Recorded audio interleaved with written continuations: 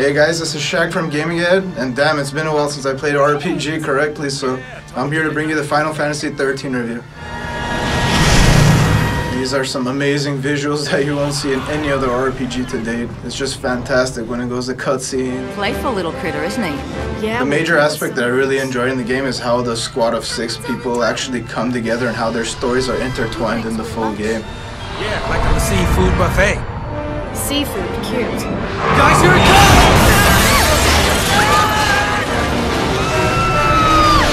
Sometimes you'll be happy you see the in-game cutscenes, but your mouth will be left wide open when you see the top-notch CG that there is in this game. It's just amazing, you guys.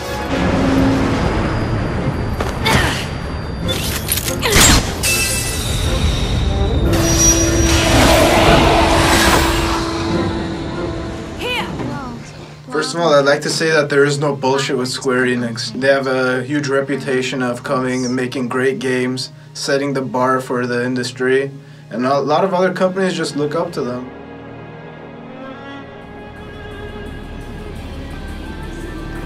The game really starts out a little bit slow, but that's just because they're teaching you all the little elements of the game, little by little. And even after that, you start learning by yourself. It takes a really long time to master this game. Planning to start a war? Me and Avik were playing this game simultaneously, even though he was about 20 hours ahead of me. When I went over and checked how he was playing the game, I was amazed at the amount of things that I still had to learn. Little things like you could stop the bar progression just so you could attack anytime. Little quirks like that, just you have to learn it slowly, and it takes a really long time to perfect your strategies. There are a lot of enemies in the game and a good variety of them. Some of them are, you know, kind of plain and basic, but a lot of them are like really colorful and really designed pretty well, and you just think the developers are on when they're designing these animals. The music composition for Final Fantasy XIII is really nice. I mean, yeah, once in a while you get those little cheesy moments, but overall it's an epic experience. You know, the music fits with it perfectly and just leaves you into the action of the game. When characters interact, it feels very natural. You see like they have emotion in their face, and when they're talking to each other, you actually feel what they're feeling. So it just leaves you up and held in the moment. Poor kid. You've had it rough.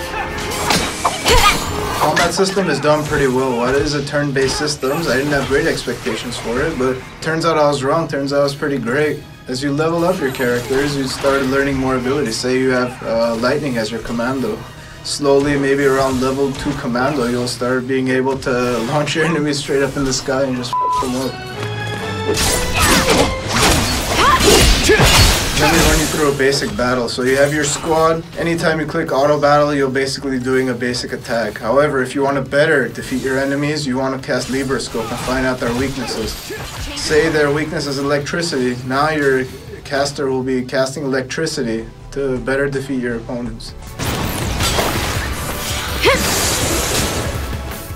When you're in the board game sequence of the game, you actually see all the enemies there. You know, there might be even 2 enemies fighting each other. But advanced users really want to sneak up to the enemies to do a preemptive strike and do more damage. The benefit of actually getting a preemptive strike is actually filling the stagger meter to 99%, so a couple extra hits will put them over the edge.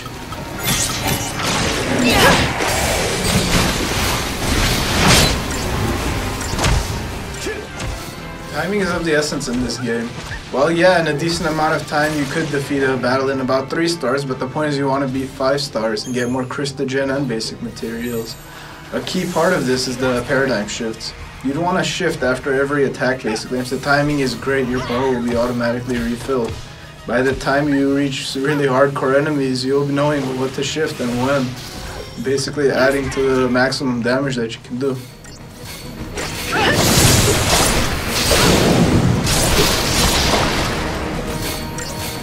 The Christogen upgrading system is very balanced, and you'll have the ability to upgrade your character any way you want it. The main highlight about that is, say if you want to go and defeat the boss, you're just rushing through the game, chances are when you get there, the final boss is going to f*** your ass up. Chances are 9 times out of 10 you're going to need to backtrack and get more experience to slowly better yourselves and beat that final motherfucker. CG moment I'll never forget, you know, there's a racing event going on. and all of a sudden all the squad mates come up with their summons to just chase after the bad guys, and that moment just made my eyes open up. Wow, there's so much detail, little things going on, but so much it's just mind-boggling.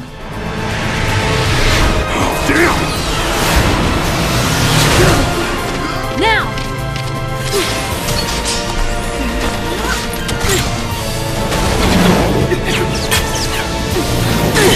You're dead! You first!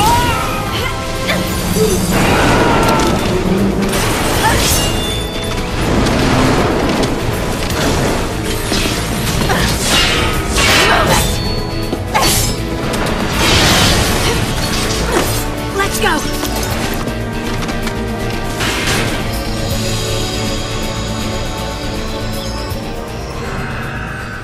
The controls are very simplistic. You'll be operating through a menu system most of the time. It's very flawless and minimal, keeps it out of the way, and we just love it. As time progresses, you'll be noticing that you're spending more and more time in the menus. The menus are really well done. You know, it's nice and simple, easy to understand, and even if you're not an experienced RPG player, you wouldn't have no trouble understanding it. I'm frustrated with all these bullshit save systems. Final Fantasy XIII system was that, say you die in a battle, you'll be respawned exactly right before the battle. That's what kept me playing, going forward. They don't punish you, nothing. It's great. Unlike any other Final Fantasies, there's no towns, there's no world maps. What there is little save stations. The save stations are compacted. You could actually save your game. You could visit stores to buy and sell materials and equipment, and you could actually upgrade your weapons there. I have to say, guys, there's way too much in this game for me to just come up here and talk about. Get the game. If you're an RPG fan, get it. You'll definitely not be missing out. Just enjoy it. It's a fantastic, top-notch RPG game, and just love the out of it.